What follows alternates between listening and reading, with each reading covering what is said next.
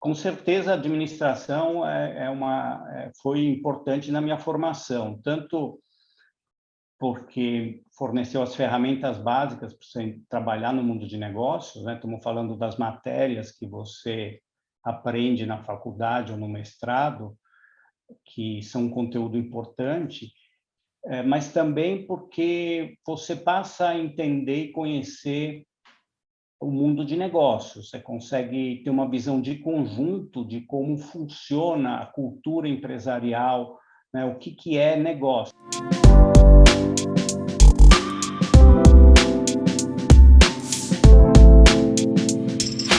Bom, eu quero muitíssimo agradecer a tua participação, André, por você ter aceitado o nosso convite, né? A gente que está iniciando essa segunda temporada do ADM.co. Muito obrigada. Não, eu que agradeço. Obrigado. Bom, para a gente começar, né, o programa, eu gostaria que você falasse um pouco sobre como foi a experiência, né, de fundar um escritório da Bain & Company aqui no Brasil em 1997, quando a empresa foi fundada em 1973 e hoje já sendo, né, esse grande nome, uma das maiores consultorias estratégicas do mundo. Bom, eu já tinha aberto aqui o escritório de uma outra consultoria menor antes, então não foi a primeira vez que eu fiz. Mas, como sempre, essas iniciativas são iniciativas que a gente toma em grupo. Eu não fui o único. Fomos em 4 sócios que abrimos o escritório junto com o apoio de pessoas da BEM de outros países. Então, como sempre, é um desafio, porque você precisa criar uma reputação local, né? Você precisa, vamos dizer assim, conseguir clientes e conseguir pessoas talentosas para se juntarem. Mas eu já tinha trabalhado antes no setor, já tinha meus clientes, e também a BEM é uma empresa conhecida mundialmente. Isso facilitou o início e facilitou tanto do lado do cliente como do lado de talentos. Mas, claro, que você precisa conquistar o teu track record, né? Os teus resultados, a tua reputação como empresa, um passo por vez e localmente. Consultoria é um pouco como ser médico, ser advogado. Você não é só ou principalmente a instituição que o cliente está contratando. Ele está contratando também um médico ou advogado, e esse médico, esse advogado tem que ter a sua reputação, o seu histórico de resultados, que se traduzem em indicações. Bacana. Inclusive, eu ia até perguntar para você, né, o que é que significa essa reputação no mercado? Explica para as pessoas que não conhecem muito, né, esse mercado de consultorias estratégicas. O que é que significa uma empresa ter uma boa reputação nesse mercado? Significa você ter um histórico de trazer valor para o teu cliente muito maior do que o que você está cobrando, né? Você tem consultoria, a consultoria tem, né, assim, não tem no conjunto uma reputação muito boa. Você tem de tudo, desde pessoas que falam muito e agregam pouco, até pessoas que falam menos e agregam mais. Então, no nosso nível, no nosso tipo de consultoria, é você ter criado uma reputação que você ajuda os clientes a resolverem problemas complexos e conseguir resultados concretos. Isso é o que é a reputação que nós queremos ter. E qual o tamanho hoje da operação da Bain & Company no Brasil? E também quantas empresas fazem parte do portfólio de vocês e quantos colaboradores, né, também ajudam nessa rotina diária de trabalho? O número, honestamente, eu não sei exatamente. São centenas e centenas, assim, está mais próximo do milhar do que da centena de consultores. Agora, por outro lado, não é só Brasil, né? Nós trabalhamos de forma integrada na América do Sul. Sim. Nós temos escritórios físicos aqui no Brasil, São Paulo e no Rio, mas temos também escritórios na Argentina, no Chile e em Bogotá. são compostas as equipes muitas vezes por pessoas dos vários escritórios. Então, primeiro, o ponto é dizer, não é só o Brasil, a América Latina, a gente trabalha de forma muito integrada entre nós, e a gente tem algumas centenas de consultores, varia mês a mês, tem pessoas que nos deixam, pessoas que integram, mas somos um dos líderes, claramente, em consultoria estratégica. Gostaria que você nos contasse qual seria, né, o perfil de um bom consultor dessa área, né? A gente acabou de ouvir que são praticamente milhares de consultores que fazem parte, né, do hall de colaboradores da Bain & Company, mas é possível a gente traçar um perfil, principalmente nesse momento que a gente está vivendo, né, de muito dinamismo, de pluralidade. Como é que você definiria? Então, eu gosto de pensar que um bom consultor, no nosso tipo de consultoria, tem três grupos de atributos. Um é a capacidade de resolver problemas de negócios. O segundo categoria é a capacidade de desenvolver relacionamentos profissionais. E eu vou abrir cada um deles depois. E o terceiro é uma capacidade de entrega, de ser pragmático, de entregar. Para resolver problemas, você tem desde a inteligência pura, inteligência emocional, como se chama, você tem também a capacidade de habilidade com números, numérica, capacidade de estruturar um problema, você tem também experiência, ajuda você a resolver problemas específicos. Então, é todo um lado de resolver problemas de negócios. A segunda dimensão de desenvolver relacionamentos é a gente está sempre interagindo, tanto com o lado cliente, né, como internamente nas nossas equipes. Então, nessa categoria, vão desde coisas como empatia, como habilidade de você comunicar bem, de você conseguir ser gostado profissionalmente pelo teu cliente, ser respeitado, mas muito e cada vez mais também o nosso trabalho é em equipe, e é cada vez mais difícil você conseguir atrair talentos e retê-los. Então, também a capacidade de você trabalhar bem em equipe e reter as pessoas, motivar as pessoas internas, os colegas, também é muito importante. Aí tem todas essas dimensões mais humanas mesmo da pessoa. Você tem que ser uma pessoa... nós não queremos robôs trabalhando, né? Nós precisamos de pessoas que sabem apoiar, influenciar no bom sentido, ajudar o cliente e os colegas. E a terceira dimensão é um pouco a capacidade de ser pragmático, trabalhar sob pressão, ser produtivo, saber entregar com prazos curtos, um pouco esse terceiro lado de pragmatismo e de entrega, trabalho sob pressão. Agora uma provocação, né? O consultor é aquele que tem as melhores perguntas ou as melhores respostas, na sua opinião? Começa inicialmente com as perguntas. Se você não estiver ajudando o cliente a definir o que é o problema, qual o escopo do trabalho, você pode até trazer uma boa solução, mas para o problema errado ou o problema não prioritário. Então, muitas vezes, fazer as boas perguntas é fundamental, é crítico. Muitas vezes, os nossos clientes não têm um problema definido tão claramente. Além disso, existe essa técnica, né? O nosso trabalho não é nós trazemos uma recomendação, né? A gente desenvolve junto com o cliente uma recomendação, um endereçamento da questão e depois a gente ajuda o cliente a concretizar essa mudança ou essa decisão. Sim. Mas, ao contrário, talvez, do que se fazia décadas atrás, no qual os consultores estratégicos eram contratados para dar respostas, hoje a indústria toda trabalha mais em construir essa resposta junto com os executivos do cliente. Explica para a gente mais ou menos, então, como é que está sendo o trabalho de um consultor hoje em dia, né? Levando em consideração essa transformação que você acabou de nos dizer, que no passado era um formato e hoje em dia já, né, outras diretrizes já são relacionadas a esse desempenho. Então, o trabalho é muito próximo, a gente sempre fala, né? Normalmente você pensava que você desenvolvia em 3 etapas, era o diagnóstico, o desenho das alternativas, a discussão dessas alternativas de resposta ao cliente e depois um curto plano de implementação. Hoje em dia, essa fase que a gente chama de mobilização começa desde cedo. Então, o trabalho é muito mais interativo com o cliente. Tradicionalmente, a consultoria periodicamente faz apresentações, né? No comitê de progresso do projeto, etc.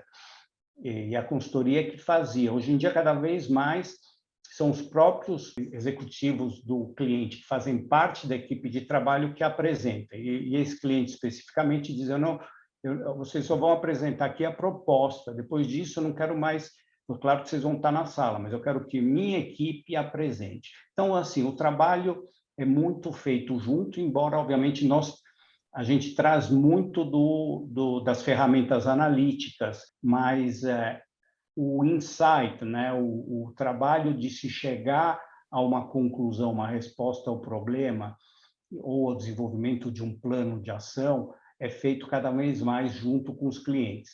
Então, o nosso trabalho, antes da pandemia, era feito, a gente ficava no cliente pelo menos 4 dias por semana. Então, a pandemia trouxe um desafio grande, né, obviamente, mas todo mundo, como dentro das próprias empresas, aprendeu a trabalhar remotamente, para boa parte das ocasiões. Então, hoje a gente continua atuando boa parte do dia junto com o cliente, a única coisa é que estamos em salas virtuais, ao invés de estarmos em salas físicas. Que balanço você faz, André, sobre as empresas brasileiras, no sentido delas terem desenvolvimento de planejamento estratégico, né? Eu já entrevistei várias pessoas aqui que falam, não só nesse programa no ADM.co, mas também no CRA Entrevista, que fala que ainda falta muito planejamento estratégico nas empresas. Você que faz parte, né, de uma consultoria de renome, com certeza trabalhou com diversas empresas que poderiam ser referências aqui para a gente. Como é que você vê isso até nessas grandes empresas, né? Acho que depende um pouco do tamanho da empresa, e eu queria separar o que é o pensamento estratégico do que é o plano estratégico. Muitas vezes o que pode estar faltando o pensamento estratégico. E para mim, pensamento ou estratégia é pensar no médio e longo prazo, né? Antigamente você tinha muita empresa que não pensava estrategicamente no futuro, mas isso hoje em dia é cada vez mais raro, principalmente empresas que têm uma governança, que têm um conselho, etc. Ficou mais ou menos que obrigatório você fazer uma reflexão estratégica. Agora a gente chegou no extremo oposto, isso e é o perigo, virou um exercício burocrático, no qual você tem um plano estratégico, mas a qualidade desse plano, que eu queria dizer, é mais importante do que simplesmente ter o plano.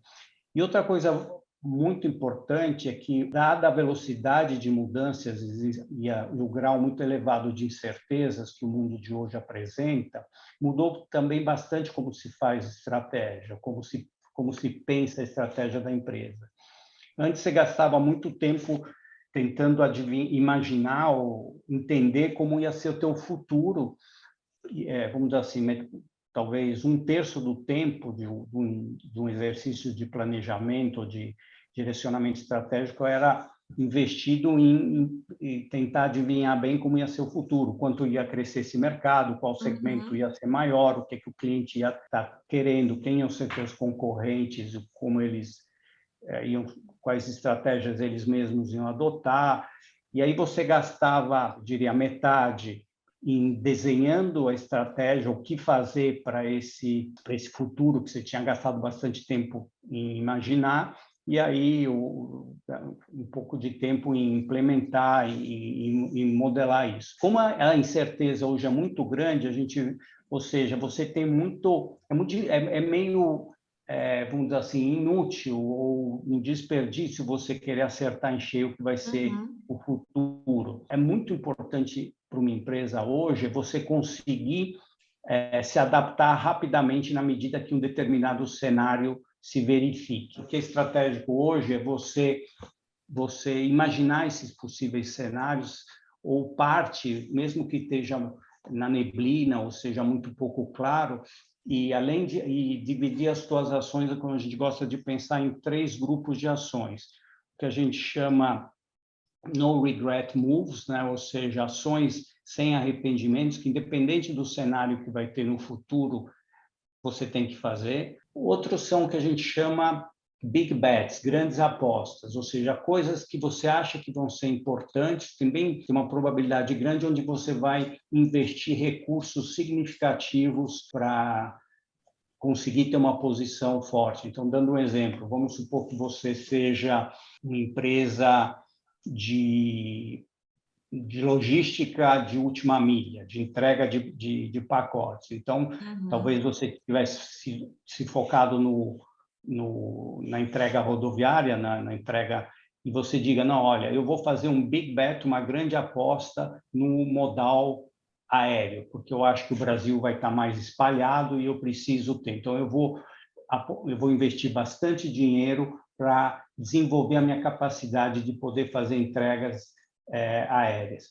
E aí a terceira categoria são algumas que a gente chama opções, usando a linguagem mesmo do mercado financeiro. Uma opção, alguma coisa que você faz porque se por acaso aquele mercado se tornar um mercado atrativo, você tem tua ficha colocada lá. Voltando e recapitulando, estratégia, é difícil você achar uma empresa grande que não tem um plano estratégico. Precisa evitar que isso seja um exercício burocrático, muito engessado, e ser cada vez mais alguma coisa de flexível. E a empresa precisa desenvolver cada vez mais a capacidade dela se adaptar rapidamente para um cenário que não tinha sido previsto. Gostaria de te perguntar, André, a que você atribui, né, essa facilidade por transitar em vários segmentos, atuar em vários segmentos? Você acha que a tua formação em administração é um ponto forte, né, para essa mobilidade nesses segmentos que você atua tão bem? Com certeza, a administração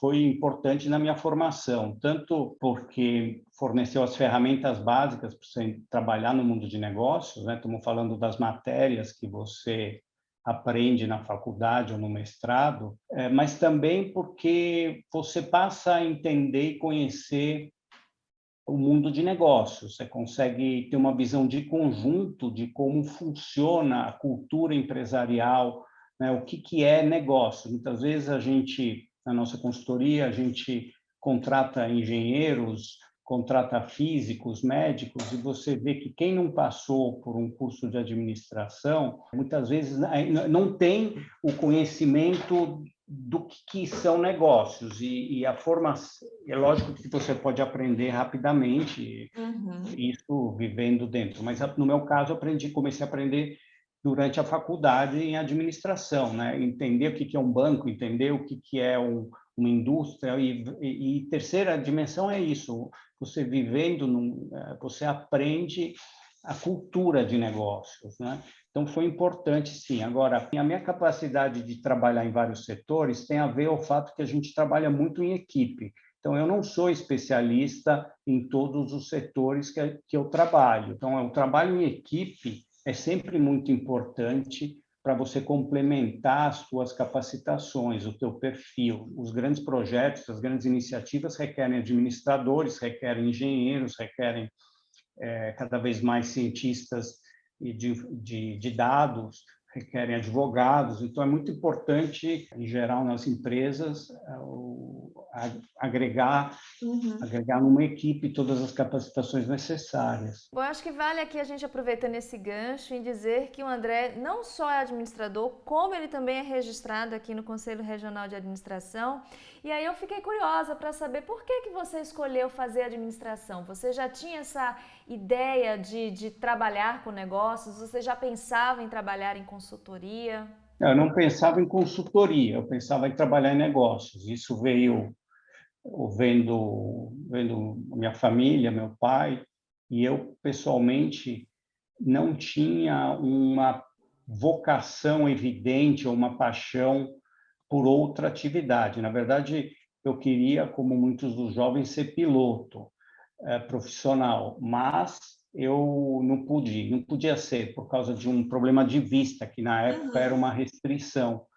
Então, assim, meio diria, por falta de opção, de um lado, ou falta do que era a minha paixão, e, por outro, não tendo uma grande, vamos dizer assim, vocação, né? Eu não tinha paixão, o que eu tinha paixão ou sonho de fazer, ou vontade, eu não podia fazer por uma restrição médica. Não tinha uma vocação natural. E eu tinha um bom exemplo do meu pai. Eu vi que meu pai, sendo um administrador também, formado em economia, mas depois com mestrado em administração, tinha uma carreira muito interessante e que também lhe permitia fazer outras coisas. Então, eu falei, não, eu quero entrar no mundo de negócios. E daí ter feito administração na faculdade, depois também ter feito o mestrado após alguns anos de formado. E conta pra gente como foi a experiência de também trabalhar no exterior. Você que trabalhou nos Estados Unidos, na Itália, como é que foi isso e o que é que você trouxe de bagagem aqui para o Brasil dessa experiência? Foi interessante, eu diria. Eu acho que também, tanto por um aspecto de vida, né? Você viver em outro país, no fundo eu vivi na Itália, onde minha família é de lá. Isso sempre complementa um pouco a tua capacidade de trabalhar, porque você fica exposto a culturas diferentes e além de você desenvolver bem a língua, né, que no mundo de negócios é fundamental. E também me deu mais convicção de trabalhar, ou mostra o lado positivo de trabalhar no Brasil. Né? Comparado, eu morava na Itália, mas trabalhava em toda a Europa. Uhum. E o Brasil é um país onde tem onde tem mais fermento, como se diz, como a gente dizia, tem mais coisas que acontecem, a Europa é mais estável, então você tem menos oportunidades sobre um certo ponto de vista de progredir, de se mexer. Lá um pouco, os Estados Unidos é mais parecido com o Brasil nesse ponto de vista, tem mais vontade de se fazer, tem menos amarras de idade ou de relacionamentos, é mais meritocrático, eu diria. A Europa é um pouco mais estável, um pouco mais conservador, mas tudo isso foi importante também porque de conhecer as empresas desses países e as situações econômicas, sociais, e acompanhar de perto a evolução dos diferentes países, dos diferentes regimes e assim por diante. Com certeza parte da minha formação. E para chegar a ser sócio de uma grande consultoria, né, como é o seu caso, como foi esse caminho e que dica, né, você daria para quem tem esse objetivo profissional de se tornar sócio de uma consultoria? Se aprimorar naquelas 3 dimensões, você medido naquelas 3 dimensões que eu citei antes, né? Capacidade de resolver problemas, desenvolver relacionamentos e trazer resultados concretos. Então, assim, você precisa se aprimorar e nessas 3, na medida que você trabalha, a gente trabalha em equipe, precisa ter resiliência para superar os momentos difíceis que nós todos temos ao longo da carreira. No fundo, o que vai determinar o sucesso de uma carreira são os teus clientes. Talvez no começo da carreira são os clientes internos, então o quanto você ajuda o teu superior hierárquico, no caso o gerente do projeto ou o sócio, a fazer um bom trabalho. E depois os teus clientes. Na medida em que você tem bons clientes quer dizer o quê? Clientes nos quais você agregou valor e soube comunicar esse valor e, portanto, soube ser recontratado por esse cliente e ter referências para outros clientes, você acaba sendo bem-sucedido. Então, acho que o foco principal é sempre o cliente, né? Você exercer bem o que você está se propondo, o que você se propõe a fazer para o cliente, agregar valor. Tem aquelas coisas, dentro de cada consultoria tem suas avaliações, vai ter momentos da tua carreira que você está precisando desenvolver mais a tua capacidade de comunicação, depende muito do momento, mas eu acho que, assim, genericamente, é você ter resiliência de superar os momentos ruins, saber contar com as outras pessoas e ser um team player, né? Como se diz, ser um jogador.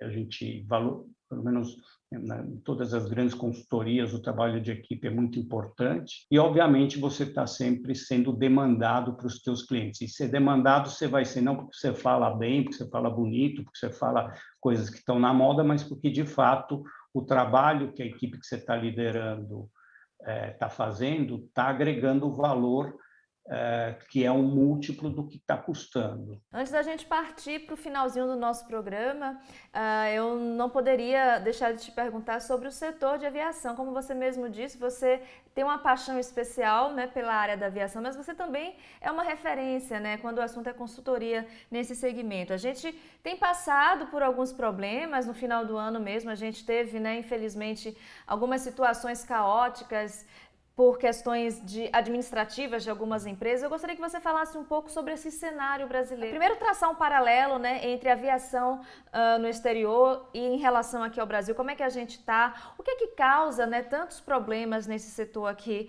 no Brasil? E eu vou também já pegar uma outra pergunta. A gente fala muito de ESG atualmente. Você acha que falta as empresas, as companhias aéreas aplicarem mais ações de ESG na sua gestão, como uma forma de diminuir esses problemas que a gente frequentemente encontra? Sobre o setor aéreo, então, os problemas que você se refere, né, que foram uma empresa que quebrou e deixou muitos passageiros na mão, imagina que é isso que você está se referindo, Sim.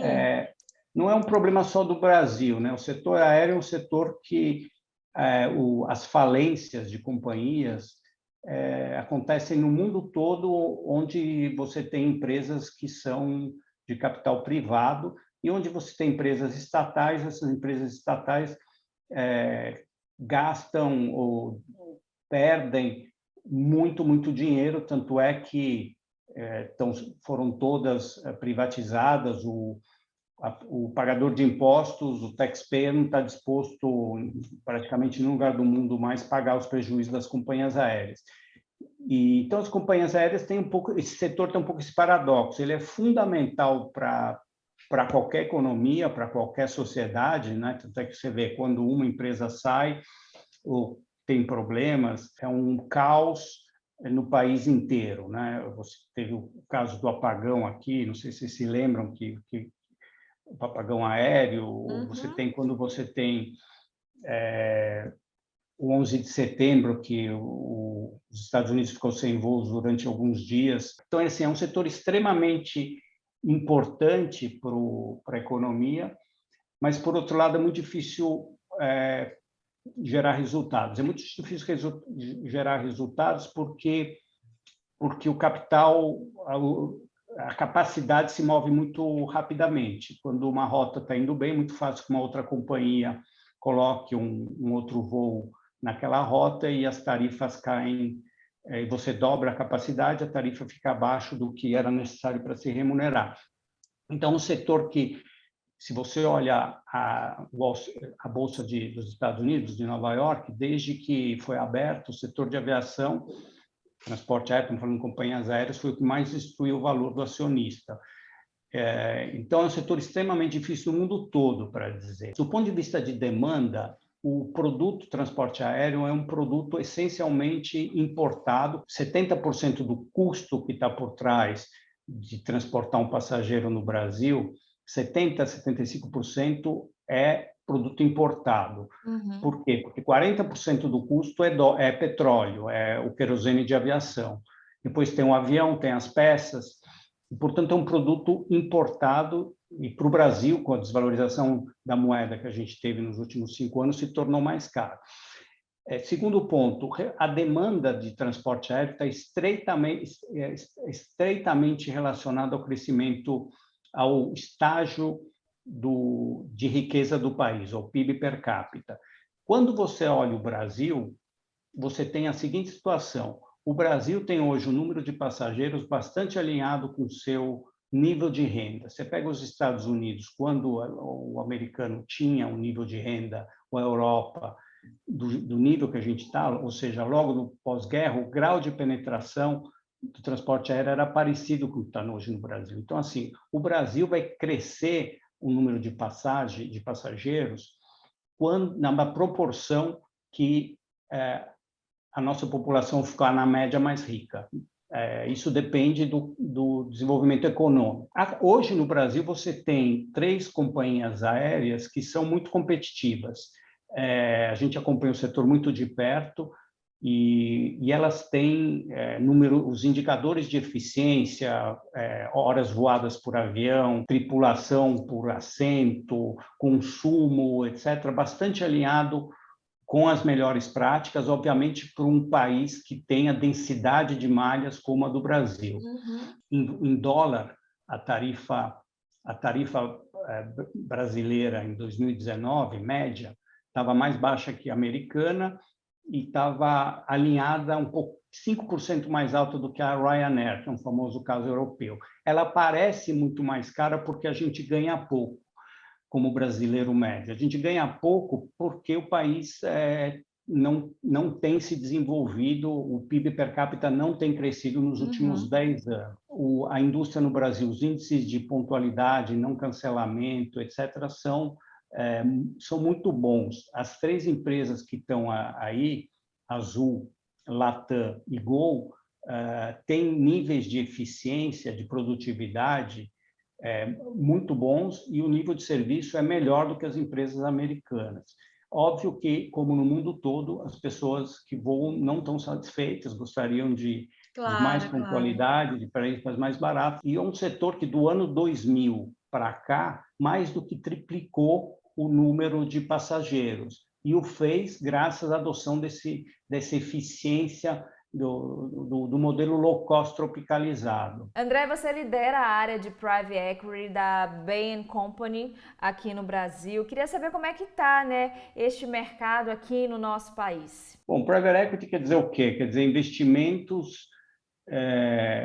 investimentos em empresas de capital privado, quer dizer, capital não de bolsa. Então, são, em geral, fundos, né, fundos de investimento que compram participações relevantes ou, muitas vezes, a empresa inteira. Você tem fundos como, aqui no Brasil, como a Advent, o Warburg Pincus, Carlyle, a Quinia, que é do Grupo Itaú, e outros mais que compram participações ou empresas que acham que eles podem contribuir para melhorar o desempenho, acelerar o crescimento e assim por diante. Então, é um setor muito relevante, né? No mundo todo você tem mais de 1 trilhão de dólares para ser investido nesse setor, assim, de recursos de private equity disponíveis. Também bastante, eu diria que